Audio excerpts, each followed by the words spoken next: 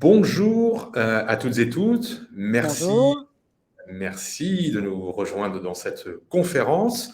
On va patienter encore, allez, 5 ou 10 secondes pour laisser les derniers participants rejoindre la conférence. Et nous allons débuter sur ce sujet absolument passionnant, qui est un sujet bien évidemment d'actualité, appliqué à un secteur particulier qui est celui de la banque et de la finance. Ravie donc d'être là aujourd'hui et voilà, de pouvoir, avec Stéphane, vous apporter, mon témoignage, mon observation. Voilà, hein, je crois que c'est un petit peu dans ce but, dans ce sens-là que, on intervient aujourd'hui. Voilà, donc en espérant que vous allez être passionnés par ce sujet qui nous passionne. Voilà, donc rapidement, Odile, est-ce que tu peux te présenter? Alors oui, tout à fait, donc moi je suis, en fait, je suis une ancienne de la banque. J'y ai, travaillé pendant des années. Notamment dans la banque d'investissement et j'y ai fait, à la fois, de l'opérationnel et aussi, j'ai travaillé dans des fonctions transverses comme la communication, la DRH. Donc j'ai connu cette banque, ce monde de la finance et aujourd'hui, finalement, j'y suis toujours un petit peu parce que j'en suis sortie, mais pour y revenir dans une autre posture. Et justement, c'est là-dessus que, j'espère pouvoir vous apporter, un peu mon regard, de, d'accompagnement des équipes et d'accompagnement des transformations, hein, Stéphane. Si tu veux peut-être, en dire un petit peu plus là-dessus et Oui, puis, effectivement. Donc bonjour à toutes et tous. Merci pour nous rejoindre dans cette conférence qui va durer 45 minutes dans le cadre des 24 heures RH. Donc je suis aussi quelque part un témoin des transformations des organisations, puisque j'accompagne depuis une quinzaine d'années les directions des ressources humaines, les directions learning et développement, dans l'élaboration, la modélisation et le déploiement de dispositifs qui permettent la montée en compétences du capital humain de ces organisations qui se transforment, qui s'adaptent, qui changent de stratégie et qui intègrent de plus en plus des notions très très fortes comme la raison d'être par exemple, où aujourd'hui il ne s'agit plus de positionner des valeurs d'un point de vue seulement marketing, mais de les impacter, enfin de les incarner, pardon, de les vivre au quotidien et bien évidemment que tout cela soit avec un impact très très fort. Donc c'est dans ce contexte-là qu'on a souhaité aujourd'hui vous faire part de nos observations, à la fois d'un côté direction des ressources humaines, grands enjeux RH, et plus particulièrement comment est-ce que cela est vécu dans le monde de la banque et de la finance. absolument. Alors je rajoute une toute petite chose, Stéphane. Heu heu, L'idée que, on est dans la banque et la finance, dans une dimension assez, de transformation des mentalités et qu'on voit bien qu'aujourd'hui, ce qu'on vient, aujourd'hui mobiliser, le focus, c'est vraiment, les équipes opérationnelles, c'est, le collectif. On en parlera largement pendant cette présentation et on s'en rend compte dans les accompagnements qu'on peut faire des équipes, que finalement, on a des accompagnements très en profondeur et sur beaucoup de la posture et du comportement et on va parler aussi beaucoup de ça aujourd'hui, donc du coup, l'importance des soft skills dans cette approche justement, d'aller atteindre les équipes opérationnelles. Voilà, en complément de ce que tu as dit, Stéphane. Merci Odile. Et très rapidement, donc j'appartiens à CoachHub et chez CoachHub, notre mission est de démocratiser le coaching pour le rendre accessible au plus grand nombre dans l'ensemble de l'organisation. Nous opérons avec plus de 3500 coachs certifiés, 60 langues et quelques très beaux logos dans l'industrie bancaire, bien évidemment, mais pas que. Alors, rentrons dans le vif du sujet. Voilà comment on va articuler cette mini-conférence. Un premier regard sur des constats, on va dire, d'ordre général sur le développement du capital humain et ce qu'on a appelé une nouvelle ère, parce que on observe véritablement un vrai changement de paradigme sur les enjeux et comment est-ce qu'on va accompagner ces enjeux-là. Et puis, on rentrera directement dans l'application et l'applicatif au niveau du secteur bancaire. Une session pour finir de questions-réponses d'une quinzaine de minutes, à la fin de laquelle on vous transmettra un certain nombre de matières au travers de livres blancs, très intéressants sur le sujet. Maintenant, on adore l'interactivité avec Odile, donc plutôt qu'une conférence qui soit très descendante, surtout, vous avez un chat, posez vos questions, on y répondra, on les prendra à la volée, plutôt que, effectivement, voilà, une partie descendante et une partie questions-réponses. Surtout, n'hésitez pas, on adore l'interactivité, encore une fois. On y va, Odile ? Parfait, absolument. Allez, let's go. Alors, qu'est-ce que l'on constate aujourd'hui ? On constate en fait plusieurs choses. La première chose, c'est que les discussions que nous menons avec les directions des ressources humaines, direction du développement, direction des talents, bref, l'ensemble des directions qui sont en charge de faire évoluer, de faire monter en compétence ce capital humain, nous disent que déjà, on sort d'une crise assez notoire qui a fait que les directions des ressources humaines, les directions de la formation ont digitalisé massivement, parce qu'elles étaient sous contrainte, bien évidemment, les dispositifs de formation.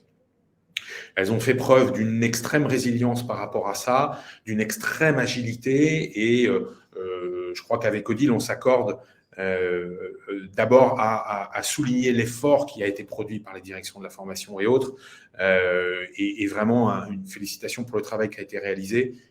On sait que ce n'était pas simple et les résultats sont là. Maintenant, ce qu'ils nous disent, c'est qu'il y a un vrai besoin de réhumanisation des dispositifs d'accompagnement, parce qu'il y a eu un tout digital pendant quasiment 2 ans et que les collaborateurs ont besoin de retrouver ce lien. Pourtant, un retour à la normale, entre guillemets, ou post-Covid, pré-Covid, n'est plus possible. C'est la raison pour laquelle il faut intégrer de l'humain dans les dispositifs, mais dans des modalités qui sont beaucoup plus impactantes et qui vont surtout suivre les transformations des organisations avec un niveau d'efficacité, un niveau de rapidité qui soit très important.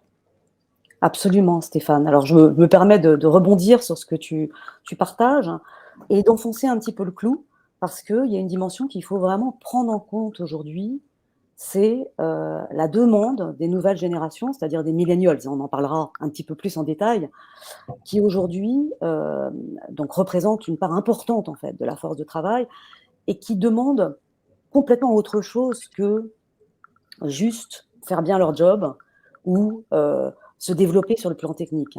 Il y a des exigences nouvelles de par cette population qui est là aujourd'hui très fortement. Et du coup, elle demande davantage et du coup, les entreprises se tournent vers des programmes sur mesure pour y répondre parce qu'aujourd'hui, on se rend compte que on va essayer d'atteindre ces attentes par des initiatives différentes.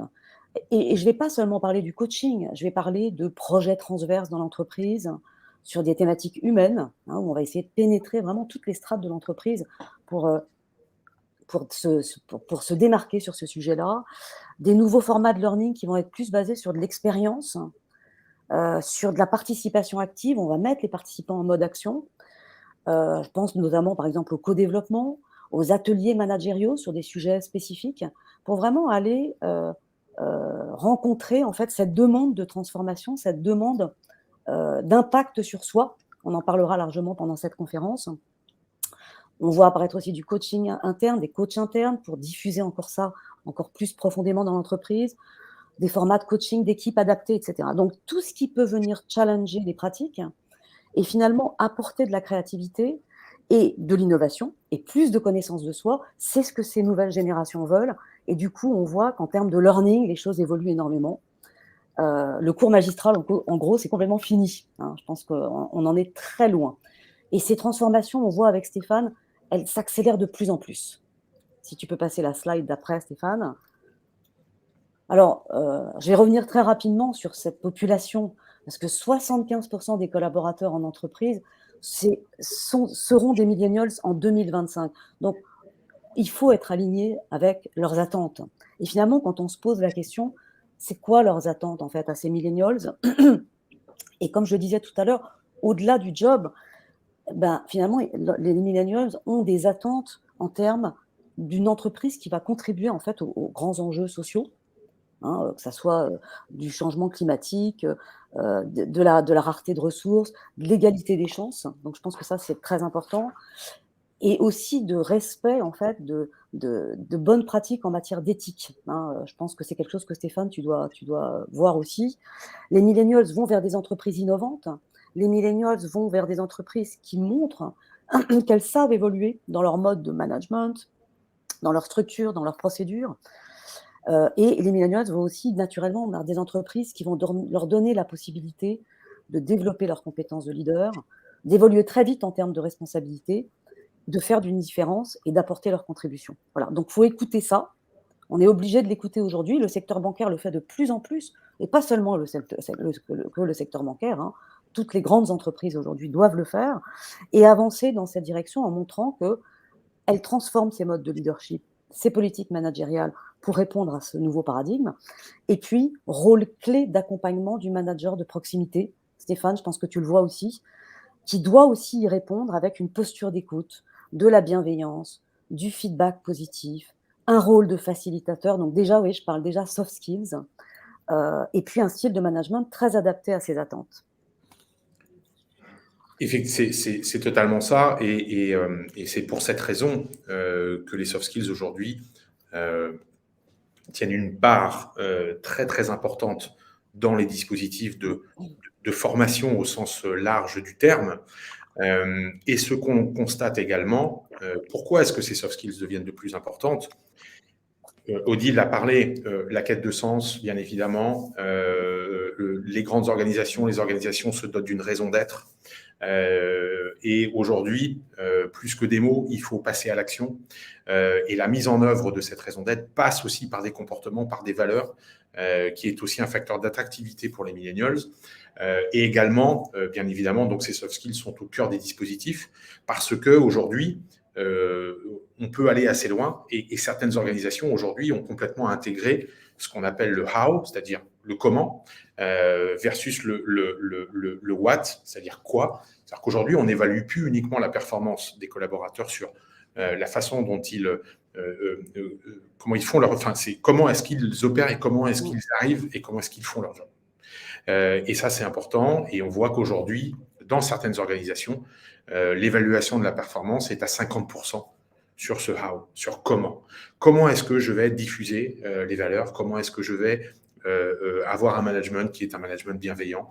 Comment je vais avoir un management en quête de sens? Comment je vais écouter mes collaborateurs? Et ça, bien évidemment, on est au cœur du sujet et on est au cœur des soft skills et par définition et par voie de conséquence, elles sont véritablement au cœur de la transformation managériale. Je suis tout à fait en phase, Stéphane. Alors, si maintenant on se plonge un petit peu plus sur notre sujet, hein, ce fameux secteur bancaire, il y a d'autres thèmes, bien sûr, mais nous, c'est ce qu'on a réfléchi avec Stéphane en se disant finalement, ce secteur-là, comme plein d'autres secteurs, a un enjeu majeur d'attractivité. Vous le savez certainement, vous des RH qui nous écoutez. Alors, pour rentrer un petit peu plus dans le détail, la banque d'investissement, elle était vue jusqu'à il n'y a pas si longtemps que ça comme un monde encore un peu traditionnel. Je parle un petit peu plus de la banque privée, hein, un peu hiérarchisée, parfois un peu avec un manque de transparence, avec un style de management un peu avec du commandement hiérarchique. Et justement, ce monde, il est en train de se transformer, de s'adapter fortement par tout ce que vous mettez en place aujourd'hui comme politique, en fait, pour transformer cette vision et attirer ces jeunes. Et pas seulement, aussi, parfois aussi les moins jeunes, bien sûr, hein. Donc, attractivité. Deuxième enjeu, c'est un enjeu d'attractivité, d'ailleurs, pour y revenir, quand on sait que 70% en fait, des millennials pensent qu'à un moment dans leur carrière, ils vont quitter ce monde qui ne leur semble plus attractif, qui ne répondent plus à leurs attentes pour devenir indépendants. Donc, il y a un enjeu qui est réel dans l'attractivité. Deuxième enjeu important, j'ai envie de partager simplement avec vous mon expérience aussi, qui j'ai connu la banque des années 90. Les stars de la finance aujourd'hui, c'est quand même fini. hein. Ça sera intéressant, vous pouvez d'ailleurs revenir, dans le chat sur, aujourd'hui, on veut plus de burn-out, on veut plus de gens qui monopolisent qui tiennent le micro, aujourd'hui, on veut du travail en équipe, on veut de la répartition des risques, on veut promouvoir l'approche collaborative et une approche équilibrée du business et des pratiques. Donc, et il y a aussi des enjeux de compliance où on va demander aussi plus de travail en équipe, plus de solidarité autour de ces sujets. Voilà. Je te laisse peut-être un petit peu la main sur la digitalisation, Stéphane. Peut-être que tu veux ajouter quelque chose là-dedans, sur ce sujet important. Tu en as un petit peu parlé déjà. Ouais, c'est effectivement un sujet important. Et là, tu parlais de la banque d'investissement. Là, on est plus sur des enjeux au niveau de la banque. La banque, la partie retail de la banque, hein, la banque de proximité, où là, effectivement, elle est touchée de plein pied par cette digitalisation. Comment est-ce qu'on va aujourd'hui orchestrer l'omnicanalité? Qu'est-ce que va devenir l'agence bancaire demain? Comment est-ce qu'on va réinventer cette agence de proximité? Et donc, bien évidemment, on voit arriver bien évidemment des services qui viennent compléter l'offre de la banque. Et donc, clairement, aujourd'hui, le rôle d'un directeur d'agence n'est plus celui du rôle d'un directeur d'agence d'il y a 5 ans, par exemple. Et ça, clairement, il faut le prendre en considération. Et il faut commencer à travailler sur la transformation de la banque de proximité, de l'agence. Et ça fait partie des enjeux, bien évidemment. Super, Stéphane. OK. Donc, Alors, pour poursuivre, on s'est vraiment appuyé donc sur l'expertise de Deal parce qu'elle le vit au quotidien et on s'est dit comment est-ce qu'on prépare, c'est quoi préparer la banque de demain? Et en fait, on a travaillé autour et on a fait cette réflexion autour de 3 enjeux RH majeurs. Et donc, en partant de ces enjeux RH majeurs, quels sont les soft skills associés, quels sont les comportements associés que l'on attend. Et donc, on vous propose de parcourir au travers de 3 exemples, ces 3 enjeux qui sont pour nous des enjeux majeurs du secteur. Le premier étant développer l'autonomie.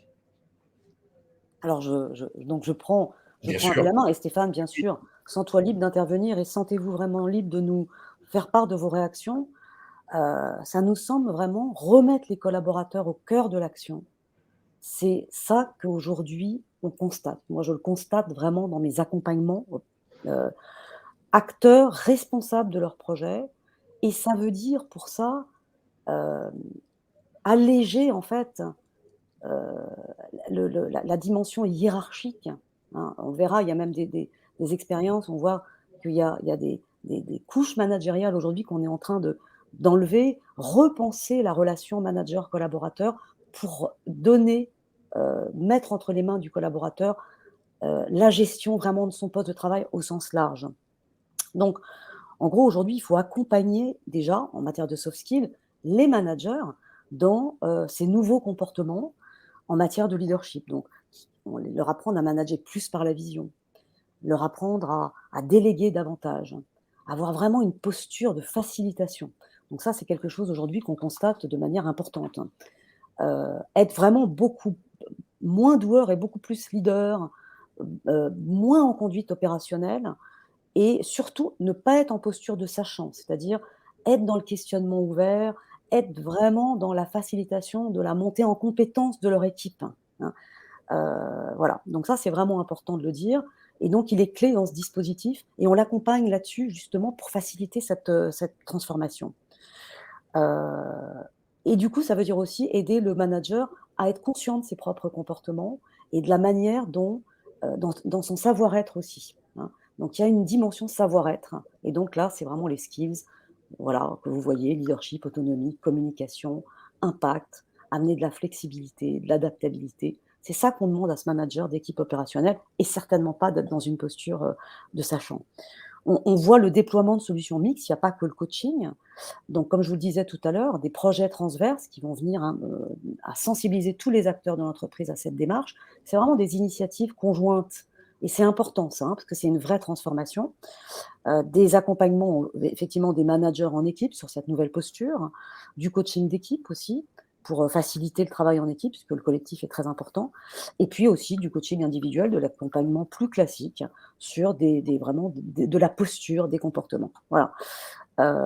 Et donc on voit apparaître des initiatives de plus en plus d'allègement des structures hiérarchiques où, finalement, même je vois dans certaines grosses startups parfois, plus de management du tout, c'est-à-dire des gens complètement autonomes sur la gestion de leur temps de travail, sur leurs congés, on se rend compte que plus on donne la main aux collaborateurs, plus ils construisent cette autonomie. Voilà. Je ne sais pas si tu as quelque chose à rajouter, Stéphane, par rapport à ça? Non, mais enfin, juste un point, c'est qu'effectivement, tu fais bien de souligner le management intermédiaire parce que c'est la courroie d'entraînement. Quand on est sur des organisations qui se transforment, quand on est dans des secteurs en pleine transformation, clairement, c'est vraiment c'est un rouage qui est clé et c'est la courroie d'entraînement. Quand la diffusion s'arrête justement au niveau du management intermédiaire, ben, en fait, finalement, la transfo est bloquée. Et on voit aujourd'hui que des transformations qui n'avancent pas ou qui sont un échec, c'est parce que il y a deux raisons. La première, c'est qu'on a concentré l'investissement au début du plan de transformation ou au début du changement de l'organisation, mais qu'on n'a pas maintenu cet investissement dans le temps. La deuxième chose, c'est qu'on s'est concentré beaucoup sur les process, beaucoup sur la structure, et pas suffisamment sur les hommes, et pas suffisamment sur l'accompagnement au changement.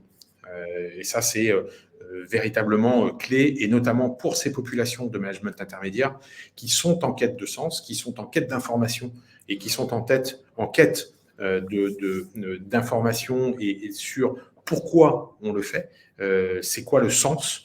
Et ça, pour pouvoir l'intégrer, il faut le comprendre. Pour pouvoir l'incarner, il faut être aidé pour le faire. Et donc, c'est vraiment une attention toute particulière sur ces populations-là. Exactement, où on leur demande d'être des acteurs, hein. Donc c'est effectivement des acteurs clés dans cette transformation, mais en même temps, à un moment, de complètement lâcher la bride et d'être en posture de délégation. C'est pas toujours facile, hein. Ça serait intéressant d'ailleurs de vous entendre sur ce sujet. C'est pas toujours facile de dire: «Je suis à la fois un acteur clé, mais on me demande en fait de lâcher beaucoup à l'équipe et d'être que dans la facilitation». Parfois, je vois des managers un petit peu perdus par rapport à ça. Sujet intéressant aussi en accompagnement. Je peux Absolument. peut-être passer la 2e enjeu, Stéphane? En même temps, je Avec, vois aussi le temps qui passe. avec grand plaisir, avec grand plaisir. Alors ce 2e enjeu donc qui est, le collaboratif, je pense que c'est vraiment un enjeu majeur, pas seulement dans la banque, mais dans beaucoup d'organisations, dans beaucoup de secteurs. En fait, on le sait, c'est un facteur clé de la motivation, la collaboration, et ça rend aussi autonome. Ça peut paraître paradoxal, mais ça rend aussi autonome dans le sens où, ça permet au collaborateur, à la collaboratrice de se sentir plus important dans le dispositif et surtout reconnu. Donc ça, c'est aussi quelque chose de très important à accompagner dans l'entreprise et travailler en équipe, on le sait tous, c'est plus négociable. C'est vraiment une chose qui vraiment sur lequel moi je vois beaucoup de transformations et un focus énorme les politiques RH et la volonté en fait, dans les grands groupes. Donc on cherche à former des équipes performantes, soudées et on demande en fait à l'équipe, d'être à même de co-construire. C'est ça qu'on lui demande à cette équipe, hein, et d'être en mode solution et de prendre des décisions, ce qui est pas toujours évident et ça s'apprend. Ça s'apprend à être opérationnel aussi au sein de l'équipe et pas juste à être une équipe comme ça. Voilà, donc là, on va les accompagner avec du co-développement, avec des approches aussi un peu innovantes, méta, hein, où on va réfléchir sur la manière dont on travaille ensemble. On leur apprend à ses collaborateurs à pas être dans le jugement, à être authentiques. Ouais, c'est des nouvelles thématiques qui ressortent, mais je voulais les mentionner parce qu'elles sont intéressantes aussi pour vous, des RH qui nous écoutez et je les vois vraiment émerger. Des thèmes comme la sécurité psychologique, l'authenticité, tout ça, c'est des choses importantes sur lesquelles on travaille, nous, de manière opérationnelle avec les équipes, hein. Et voilà et donc dans ce domaine, le manager de proximité, il est central au départ et puis après, pourquoi? Parce qu'il y a aussi une résistance naturelle à ce travail en équipe, donc faut l'amener et puis progressivement, il doit s'effacer.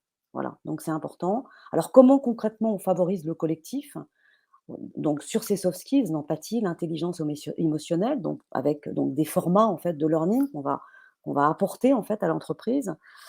Et puis j'ai envie de dire de manière très concrète, en présentiel, au bureau, créer des espaces dédiés, que les managers invitent concrètement les équipes à des réflexions sur des sujets stratégiques. Voilà, et puis il y a un enjeu essentiel aussi du collaboratif avec le distanciel. Tu auras peut-être quelque chose à rajouter aussi là-dessus, Stéphane.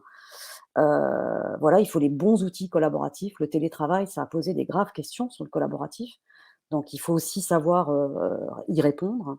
Voilà, donc les outils, c'est en fait bien, c'est pas suffisant. Il faut valoriser l'action collective et puis il faut encourager la coopération avec des objectifs et des incentives, voilà, dans les revues de performance, des objectifs collectifs, toutes ces nouvelles choses qu'on voit arriver.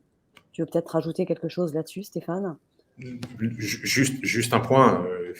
En fait, finalement, cet enjeu est tellement important dans le secteur bancaire, c'est qu'un certain nombre de grands groupes bancaires l'ont clairement inscrit et l'ont clairement mis au cœur des enjeux et de la politique RH et des enjeux stratégiques de l'organisation. Donc c'est absolument clé et effectivement, je crois que le, la pandémie a aussi très fortement accéléré cela. Encore une fois, les gens ont véritablement besoin de retrouver du sens, de retrouver de la connexion, de partager et de travailler sur des sujets communs pour tirer l'organisation vers le haut.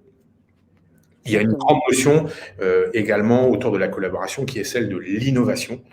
Euh, Beaucoup aujourd'hui, moi j'ai pas mal de discussions aujourd'hui avec d'autres groupes qui pensent que finalement on va sortir, parce qu'en fait on a quand même une crise qui en pousse une autre. Hein. Aujourd'hui on est dans une situation inflationniste qui est assez importante. Il y a des secteurs qui sont extrêmement touchés par l'inflation. Je parle de la grande distribution notamment. Et la grande distribution mise sur l'innovation pour sortir et pour gérer en fait cette après-crise. Mais là, je m'égare un petit peu. Et donc, on va terminer par un dernier grand sujet que vous allez forcément reconnaître, et j'imagine que dans l'audience, vous travaillez sur ce sujet-là, qui est celui du leadership au féminin. Absolument. Donc on a parlé autonomie et collaboration, donc 2 grands sujets aujourd'hui, hein. Lâcher prise, et puis là, j'ai envie de dire qu'on met un petit coup de projecteur sur, bon, un sujet qui est sensible dans le sens où, c'est un enjeu, hein. C'est quand même un enjeu essentiel, dans la banque, mais pas seulement, hein. Dans beaucoup de secteurs. Alors la banque privée, hein, si je prends cet exemple, c'est un endroit qui parfois est encore vécu comme, assez masculinisé, heu, moindre présence féminine, une perception assez négative du temps partiel parfois, et puis aussi, peu d'appétence à recruter, des femmes en âge de procréer ou le temps partiel, voilà. Donc on peut encore avoir un petit peu cette image, beaucoup moins aujourd'hui, mais ça peut encore être le cas. Donc du coup, c'est un enjeu qui est important. Et j'ai envie de dire qu'au-delà de la loi Rixin notamment, et de la responsabilité sociale des entreprises, les entreprises ont compris en fait l'intérêt de la diversité des genres aujourd'hui, heu, en matière de soft skills, l'intelligence émotionnelle par exemple, qui est différente chez un homme, chez une femme, dans les prises de décision. On a dit tout à l'heure qu'on attendait, voilà, des collaborateurs et des équipes de prendre des décisions dans la sérénité, parce que quand on se retrouve dans un groupe où il y a une équité homme-femme, une égalité homme-femme, on est plus serein autour de la table. Voilà, donc c'est plus qu'un enjeu, c'est une réalité, c'est une évidence. Il faut avancer sur ce terrain-là. Le constat, c'est qu'on a des approches plus ou moins formalisées selon les groupes, hein, selon les entreprises. On a des approches opportunistes. Tous affichent cette volonté et communiquent clairement dessus, mais on a des approches opportunistes. En fait, on ne veut pas trop stigmatiser avec, des quotas, des prises de parole un peu brutales sur ce sujet. On veut avancer tranquillement. C'est un peu ce qu'on observe. Il y a un travail d'éducation à mener à la fois chez les hommes, chez les femmes, et là, on parle aussi toujours soft skills, bien sûr, hein. Alors, c'est quoi les soft skills qui sont clés là-dedans? Du côté des femmes, qu'on accompagne beaucoup, la première, c'est l'assertivité. Voilà, on le sait, C'est de moins en moins ça, bien évidemment, et intéressant d'avoir encore dans le chat des réactions là-dessus, hein, des femmes participantes. Mais le fait de mettre vraiment son point de vue sur la table, voilà, c'est quelque chose qu'on adresse en fait dans les soft skills, au féminin. Le fait de s'affirmer, affirmation de soi, c'est-à-dire de son désir, de son besoin, voilà. Le fait de savoir sortir de la posture d'expert avec de la confiance en soi pour, donner son point de vue avec de l'audace, voilà. Tout ça, c'est des sujets sur lesquels on intervient beaucoup, en coaching, voilà, dans des programmes, divers qui sont pas seulement d'ailleurs que l'accompagnement par du coaching ou de l'individuel, pas du tout, mais plein de programmes qui sont en train d'éclore dans la banque, et dans tous les secteurs. Je pense par exemple Schneider Electric avec He for She, je pense au programme Vinci, Ariane, chez Goldman Sachs qui communique clairement sur son site internet, sur sa culture inclusive, qui déploie un programme When a Woman Lead, la Société Générale qui affiche ses ambitions aussi dans ce domaine clairement, Amundi aussi, charte de la diversité, voilà, et puis beaucoup de grands programmes transverses aujourd'hui qui viennent aider, le développement de ces soft skills. Je pense notamment au programme EVE que je trouve tout à fait remarquable, et puis il y en a d'autres aussi. Donc encore une fois, beaucoup d'initiatives pour un sujet qui est majeur et qui en fait, vient justement aussi un peu répondre aux attentes de ces nouvelles générations, mais pas seulement, mais à la quête de sens, aux exigences éthiques et en matière d'entreprise socialement responsable. Clairement, et en fait, on boucle la boucle là, finalement avec ce sujet-là, qui est en fait un vrai sujet qui reprend et qui euh, comment dire, les constats que nous faisons, les enjeux auxquels il faut absolument répondre. Et je pense que il faut vraiment en tout cas les organisations qui sont assez avancées sur ce sujet-là, finalement considèrent et transforment cette obligation. C'est pour ça qu'on a vraiment décidé d'insister sur ce point-là, des obligations liées à la loi Rexin. C'est un fait, c'est une loi et il faudra se mettre en conformité. Et vous, dans l'audience qui êtes dans le secteur bancaire, vous êtes bien évidemment des premiers de cordée sur toutes ces obligations réglementaires. Vous le traitez au quotidien.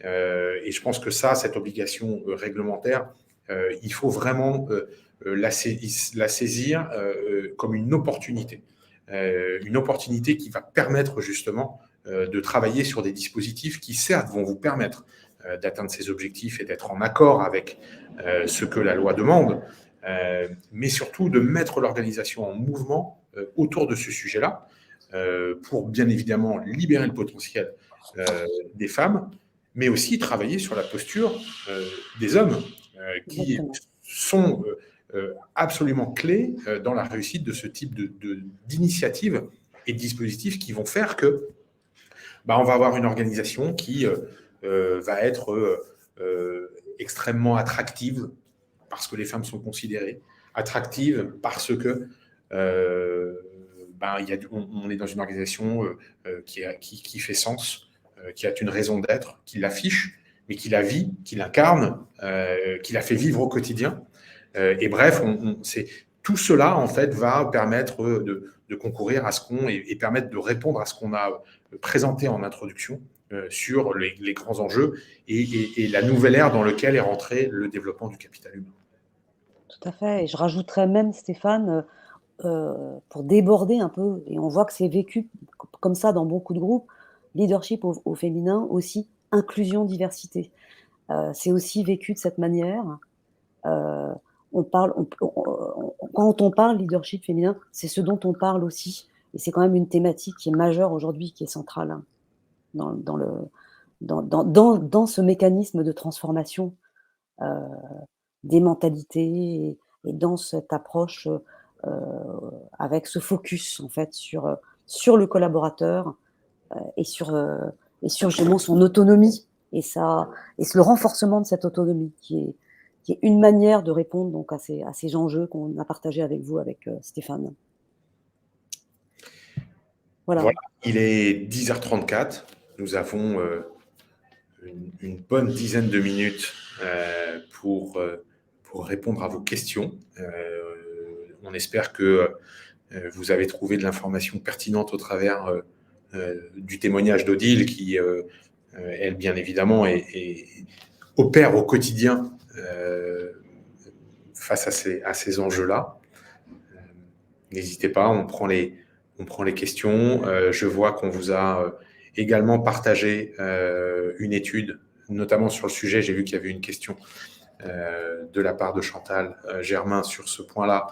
Donc Chantal, vous avez le lien dans le chat vers l'étude que nous avons menée auprès de 300 RRH en France.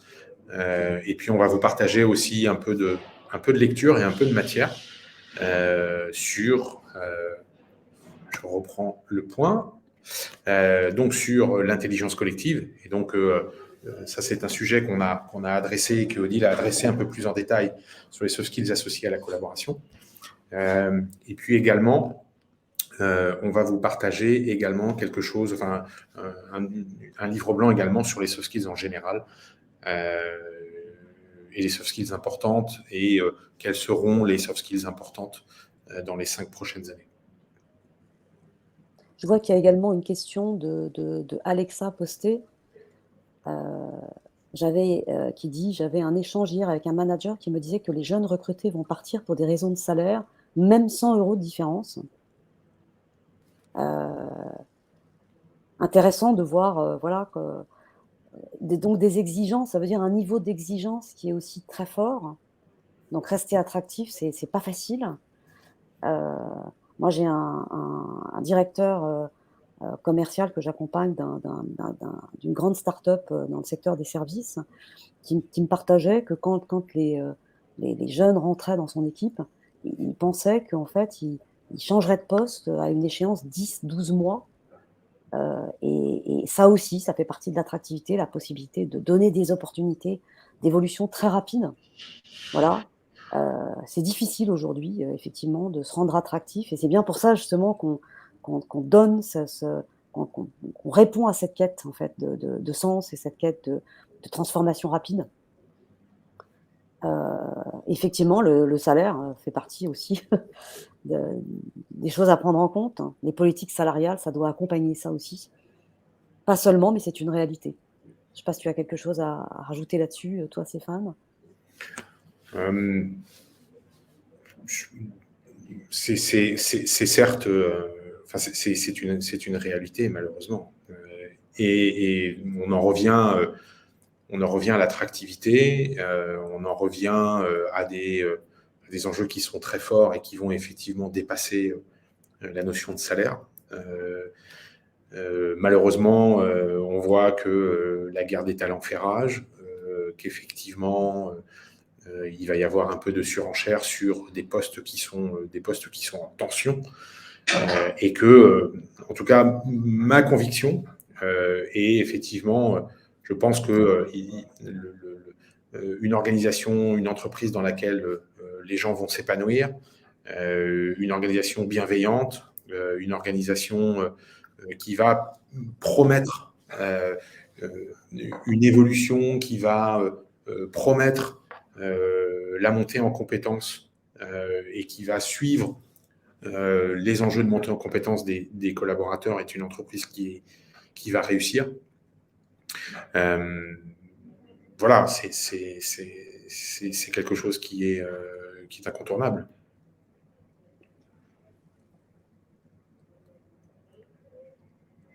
Est-ce que nous avons d'autres questions ?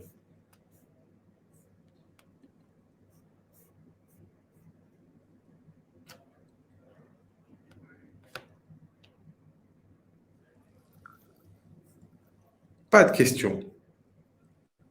Donc, on a été très clair. J'ai l'impression. Est-ce que, Odile, est-ce que tu as peut-être une phrase de conclusion ? J'ai envie de partager avec vous quelque chose de personnel, en fait, sur... j'accompagne des équipes en entreprise depuis 15 ans maintenant. Quelque chose de personnel qui est ma satisfaction, finalement, personnelle de cette évolution. Je trouve que, du coup, cette évolution, elle permet en fait de donner un sens dans le travail. Moi personnellement, que je n'ai pas forcément connu à l'époque où je travaillais dans la grande entreprise, un sens au travail, comment dire? Une appropriation de ce qu'on fait.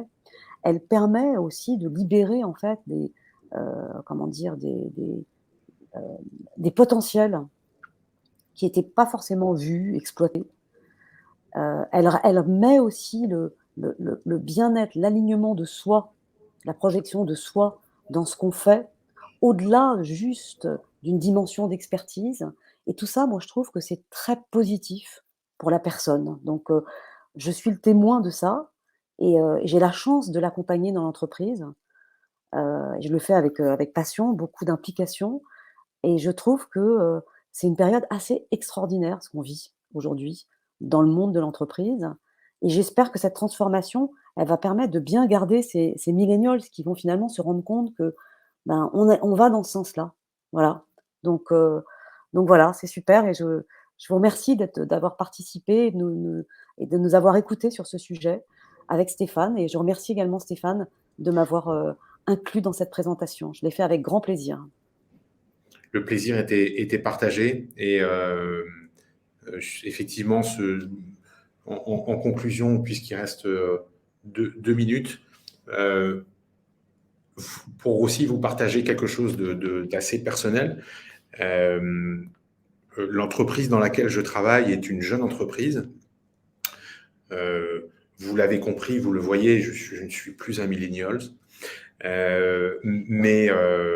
je ne l'ai jamais été en l'occurrence.